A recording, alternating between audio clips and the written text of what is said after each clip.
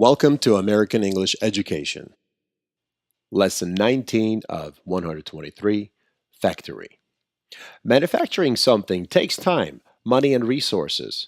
For example, making a bicycle requires many parts: assembly line, conveyor belt, and a press machine. To avoid injury, factory workers must follow supervised instructions, arrive to work and leave on time, wear goggles, uniform, and hairnet. Some workers must wear hard hats, vests, and visors before they're allowed to operate heavy machinery. Workers also transport, load, and pack hazardous materials. Some are required to know how to operate a fire extinguisher and perform CPR. Lesson 19 of 123. Things you will learn in this lesson. What is a factory? What do factory workers do? What can you find in a factory? What is hazardous material? Okay, so what is it? A factory. A factory is an industrial area where goods are manufactured or assembled. What do factory workers do?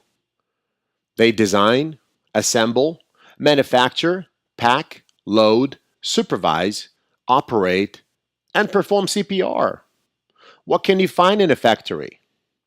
Office, warehouse, parts, conveyor belt, time clock or time card, dolly, robot, assembly line, loading dock, heavy machinery, fire extinguisher, and a forklift. What do workers wear at a factory? Well, they wear a lot of things, including hard hats, visors, hairnets, safety goggles, earmuffs, earplugs, vests, gloves, masks, respirators, uniforms, and hard boots. Which materials are dangerous or hazardous?